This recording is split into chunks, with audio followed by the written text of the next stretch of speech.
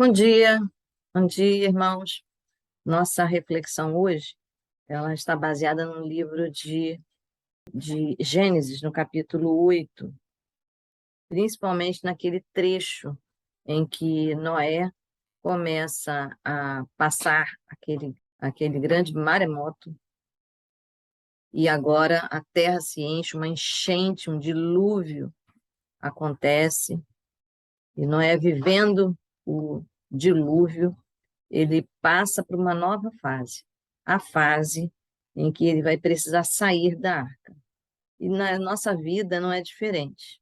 Na nossa vida também a gente tem dilúvios, na nossa vida nós temos momentos em que tudo começa a serenar, e na nossa vida a gente tem momentos que precisa sair de cena, que precisa sair da situação, que precisa trocar de fase. Nós temos momentos de passagens. E essas passagens, elas trazem saltos qualitativos, elas trazem novas perspectivas, trazem esperança, trazem crescimento. E algumas vezes a gente olha para aquelas fases como um grande dilúvio, como uma grande perda. Eu me lembro bem quando eu participava de um grupo de crianças na fase infantil de estudo bíblico. E houve uma fase em que a gente precisava entrar para nova classe, para nova turma. Agora era a turma de adolescentes.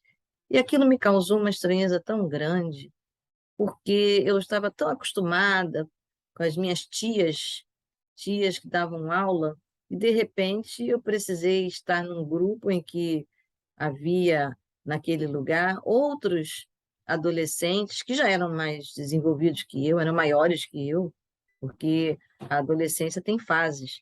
E eu era bem mirradinha e todo mundo era bem desenvolvido e pareciam já jovens. Eu pensava, como é que eu vou entrar nesse grupo? Como é que eu vou me relacionar com essas pessoas?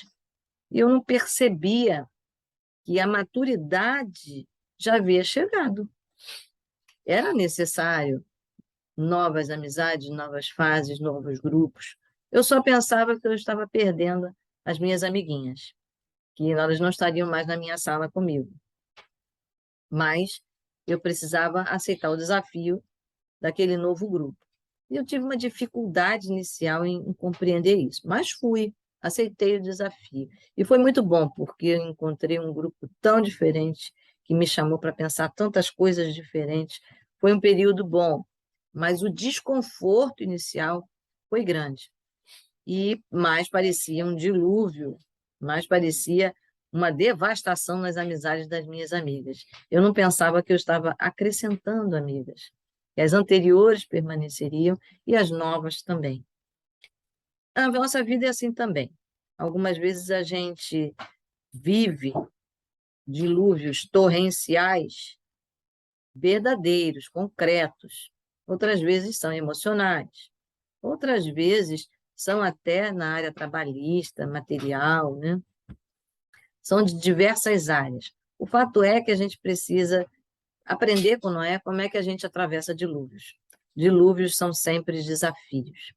E eu quero, junto com vocês, meditar aqui em Gênesis 8, quando Deus ordena no capítulo 7 que Noé teria que viver 40 dias de dilúvio. Ele faria em 40 dias e noites, ele faria chover sobre a vida dos viventes, que seriam apenas Noé e sua família. Ele diz isso no capítulo 7, ali no verso 4. Para isso, Deus orientou que levasse um par de animais. Porém, das aves, era necessário que ele levasse várias. Ele disse no verso 3 do capítulo 7 que as aves levem 7 pares, macho e fêmea, para se conservar a semente sobre a face da terra. Então, era necessário que fosse um número maior para que levasse a semente da terra. Mas também esses animais eram animais, as aves, eram animais limpos, considerados aceitáveis para o sacrifício, para a adoração ao Senhor. Assim, Noé entrou na arca e vivenciou tudo aquilo. Ele viu a chuva torrencial por 40 dias, e depois de 40 dias, ainda assim, levou 140 dias para a água baixar. Aquele momento doloroso do dilúvio, ele teve uma consequência grande, porque apesar de 40 dias, mais de um mês chovendo, ele precisou de 110 para esperar a água baixar. Não tinha chuva, mas não havia condições de sair, de habitar a terra, de perceber que sobrou alguma coisa, que era possível ter esperança. Foram 110 dias sem perceber nada. Nada. Há dias na nossa vida que a gente sente um alívio quando o dilúvio passou. Mas o tempo da acomodação da terra também é necessário. E se você junta isso tudo, parece muito tempo. São 150 dias. 150 anos construindo a arca, 150 dias aguardando esse processo de mudança. Nossa vida passa por momentos assim. Se você lembrar bem, a gravidez também tem isso, né? A gravidez tem o momento do parto, que é agitado, e tem o momento do pós-parto, do aleitamento. As mães costumam até dizer que elas só dormem depois de 2 anos que as crianças nascem, né? Depois que as crianças nascem, só há 2 anos que elas conseguem dormir direito, porque acorda toda hora, tem que ter atenção. As mudanças no primeiro ano do desenvolvimento da criança são muito grandes. Então, coisas boas também dão trabalho. Coisas boas também se prolongam. É necessário, né? Talvez 18 meses para você acomodar a ideia de um novo ser que pode estar tranquilamente sem a sua dependência total. Nossa vida é assim também. Os momentos têm momentos turbulentos e tem momentos que a gente vai precisar acomodar. Mas o acomodar ainda não é a solução, porque Noé passa 110 dias aguardando aquela água baixar, mas ele ainda não vê a terra. Ele ainda não vê uma nova perspectiva.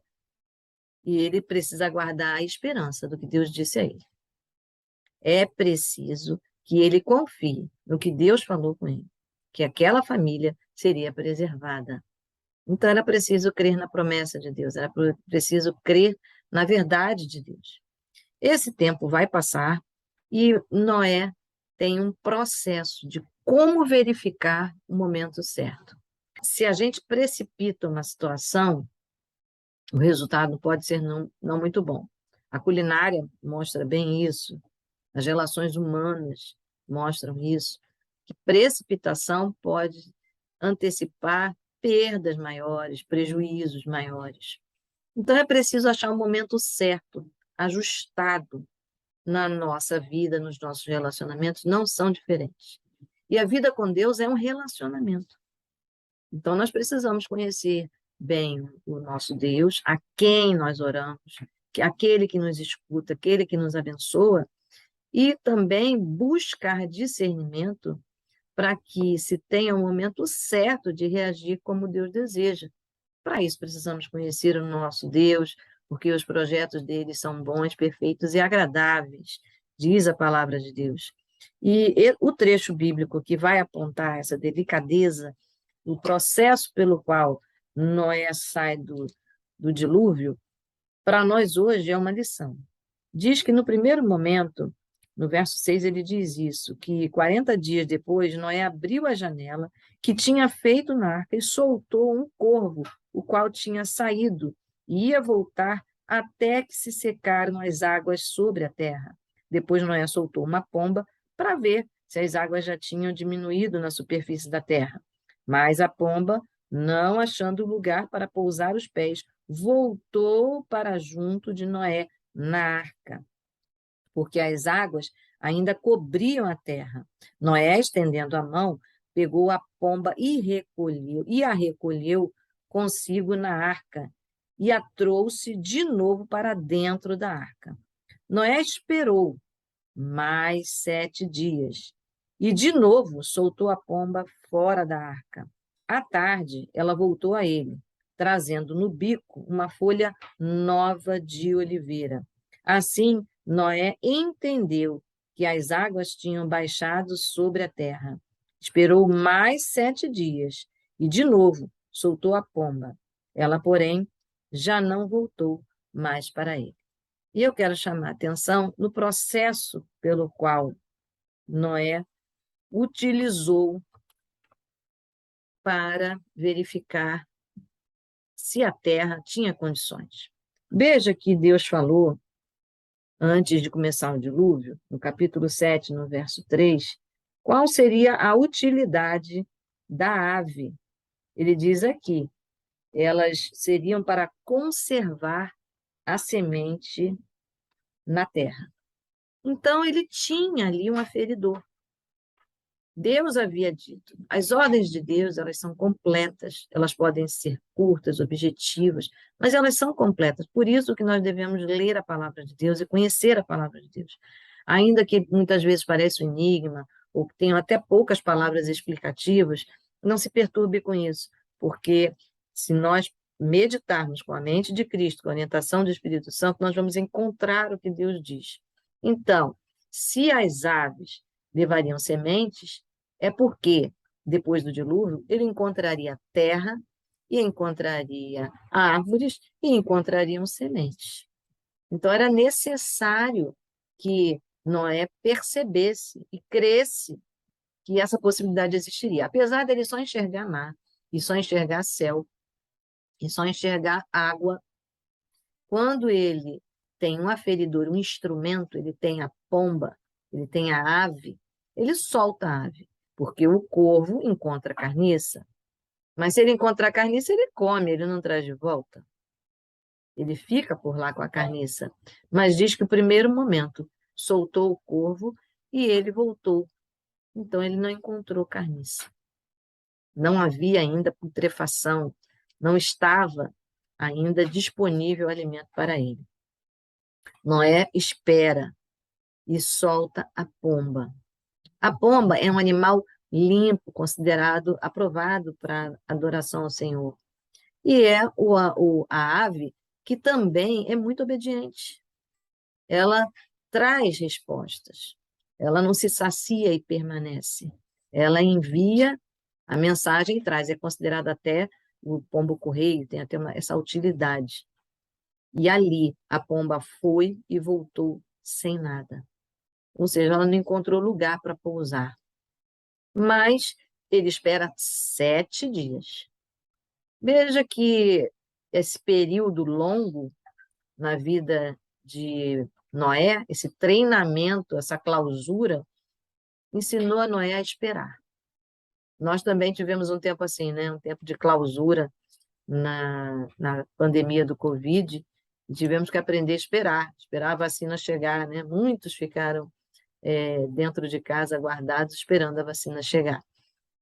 Então, o Brasil também está aprendendo, o mundo está aprendendo a esperar. Mas aqui na história de Noé, a gente vê que 7 dias se passaram, uma semana, e ele solta novamente a pomba. Dessa vez a pomba sai, e no final da tarde, quando ela volta com uma folha nova de oliveira. Tão significativo, né? A folha nova de oliveira. Oliveira é alimento, e até hoje a gente tem esse alimento lá no Oriente. Também era um alimento muito usado na alimentação da vida de Jesus, no ambiente em que ele estava. A oliveira, ela estava presente. Noé consegue reconhecer a folha de oliveira e a pomba traz e mostra para ele, ou seja, a vida, esses 110 dias, era o tempo que Deus estava preparando o sustento para Noé. Então, se Noé não espera e sai logo, será que ele teria sustento? Será que ele conseguiria controlar todos os animais de volta e manter a função que Deus deu a ele, administrar a arca e o cuidado com os animais? Aquele tempo era necessário para que o sustento de Noé fosse providenciado.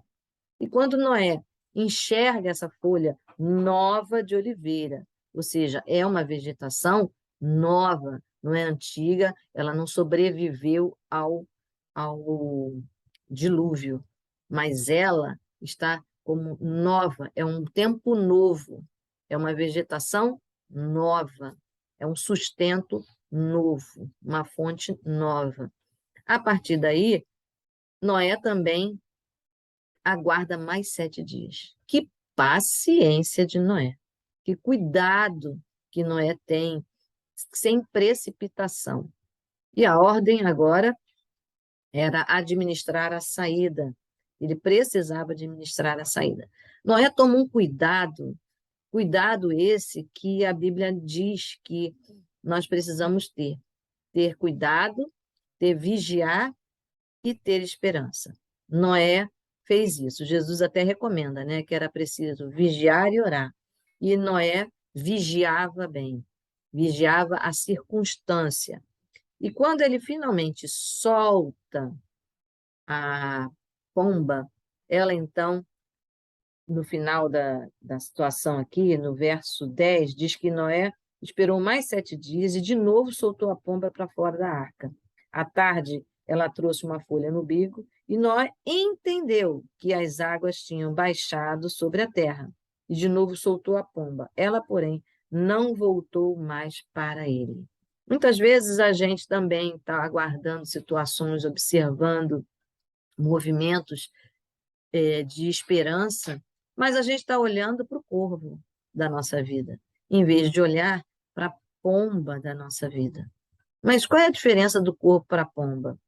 O corvo se sacia e, como eu disse, ele se sacia de coisas antigas, coisas que já passaram do tempo. A pomba, ela leva e traz, ela usa de coisas novas, ela se alimenta de coisas novas. Às vezes a gente está querendo olhar nos sinais antigos da nossa vida e a gente precisa olhar para as coisas novas que Deus está propondo. E é tão significativo o corvo, que não é um animal limpo, mas a pomba, ela é um animal limpo, considerado para adoração. Então, quando nós olhamos para as coisas novas, para os elementos que nos levam a adorar a Deus, a gente consegue caminhar para as coisas novas. Quando nós adoramos a Deus e conseguimos perceber que o nosso Deus, Deus de esperança, ele nos abençoa, a gente consegue enxergar as coisas novas. Tem até um versículo bíblico em Isaías que diz: esqueçam-se das coisas antigas, né, porque estou fazendo coisas novas. Nós precisamos lançar os nossos olhos para frente, sem ansiedade, mas vigiando para frente. Jesus disse para Pedro, num momento muito desagradável da vida dele, que era aquele momento em que Jesus ia se afastar para falecer, o momento do Getsêmani. Jesus chama para orar os discípulos e Pedro dorme, e muitos dormem, todos dormem. E Jesus diz para Pedro que era preciso vigiar, porque era necessário. Pedro iria passar por uma dificuldade. Então, vigiar e orar é necessário, mas é preciso a gente ter os olhos nas coisas agradáveis. O próprio Pedro, quando viu Jesus indo para a cruz, ele se desespera e nega. Ele vai olhar para as coisas putrefadas, ele vai olhar para aquilo que estava acontecendo, para perseguição, morte, ameaças. Mas Jesus vai para a cruz olhando para a esperança, para aquilo que Deus aponta, para a ressurreição, para as coisas novas. E nós devemos fazer a mesma coisa. A gente deve procurar olhar de onde vem a informação que alimenta a nossa esperança. Vem do corvo ou vem da pomba? A Bíblia traz a pomba como um elemento muito simbólico do Espírito Santo. Inclusive, aquela visão ali no batismo de Jesus, em que a pomba desce sobre a cabeça de Jesus e a voz do céu de Deus diz: esse é meu filho amado, em quem me comprazo. Então, a pomba tem esse simbolismo do Espírito Santo. Se nós somos filhos de Deus, se nós buscamos a Deus, queremos ouvir de Deus o melhor, porque Ele é todo bom, a sua bondade e sua misericórdia nos abraça todos os dias e se renova todo dia. Nós precisamos olhar para isso, olhar para as palavras de esperança, para as palavras novas que estão em Deus, e todas elas estão na Bíblia. Então, se nós olharmos com tranquilidade, nós vamos olhar como Calebe e como Josué. Quando ouviram as novidades da terra a ser conquistada, a terra nova, quando saíram lá do Egito, e não, eles não olharam para gigantes, nem para problemas, eles entenderam que era uma terra que manava leite e mel, e vamos agora conquistá-la. Isso está lá no livro de Números 13. Como é importante a gente separar aquilo que olha. A Bíblia diz que cuidar e vigiar dos olhos é uma coisa importante. Jesus disse: se teus olhos forem bons, todo o teu corpo será bom. Então, para onde é que nós estamos olhando? E estamos tendo a paciência de observar os detalhes daquilo que Deus está mostrando. Estamos vendo os sinais do Espírito Santo, estamos vendo a novidade de vida e da esperança que Deus está nos apontando.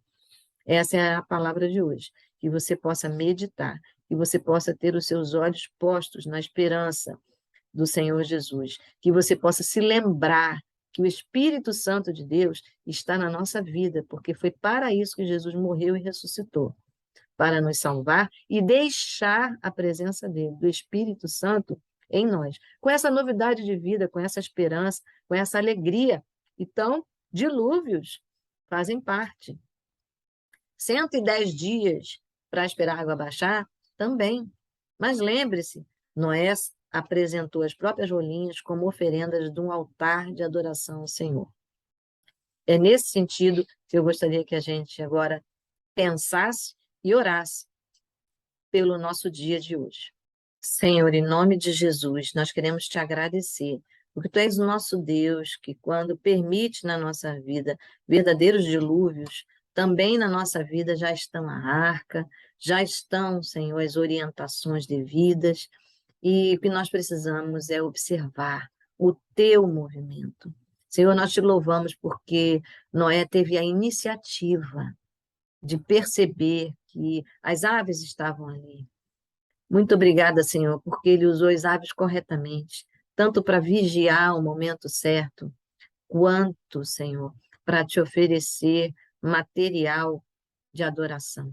Senhor, e hoje nós estamos aqui com o nosso coração, com a nossa sinceridade, com o nosso pensamento, com as nossas falhas, te apresentando a adoração, colocando diante de ti, Senhor, a nossa gratidão, porque tu és o Deus, Senhor, que nos ensina, que nos ajuda a desenvolver paciência no dia da luta.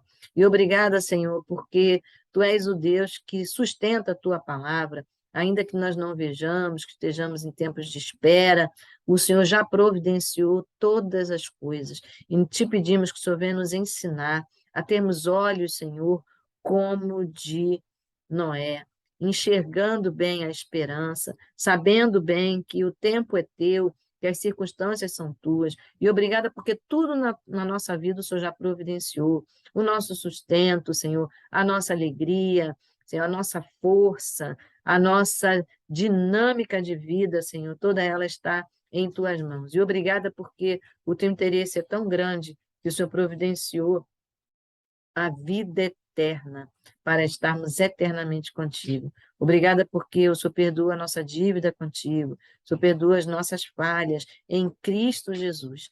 E é no nome dele que nós te pedimos. Abençoa os nossos olhos, a nossa forma de pensar, a nossa compreensão sobre os momentos de dilúvio, de espera que qualquer um de nós pode ter. Mas nós te louvamos, Senhor, pela bênção da presença do Espírito Santo da nossa vida, pelo presente que o Senhor nos entregou, Senhor, que é a orientação do Espírito Santo, nos avisando os momentos certos, tirando toda a ansiedade para estarmos adequadamente diante de Ti. Senhor, muito obrigada pela nova vida em Cristo Jesus. Obrigada pelos dias de esperança que o Senhor renova quando conhecemos Jesus como Senhor e Salvador. Obrigada porque na vida de Noé o Senhor fez tudo novo. E obrigada porque essa lição fica para a nossa vida hoje, aqui, no tempo em que nós estamos vivendo.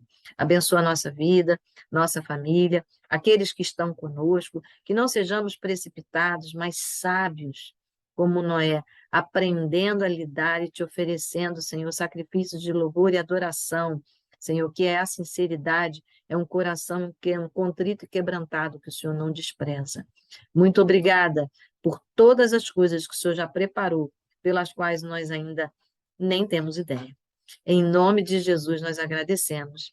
Amém.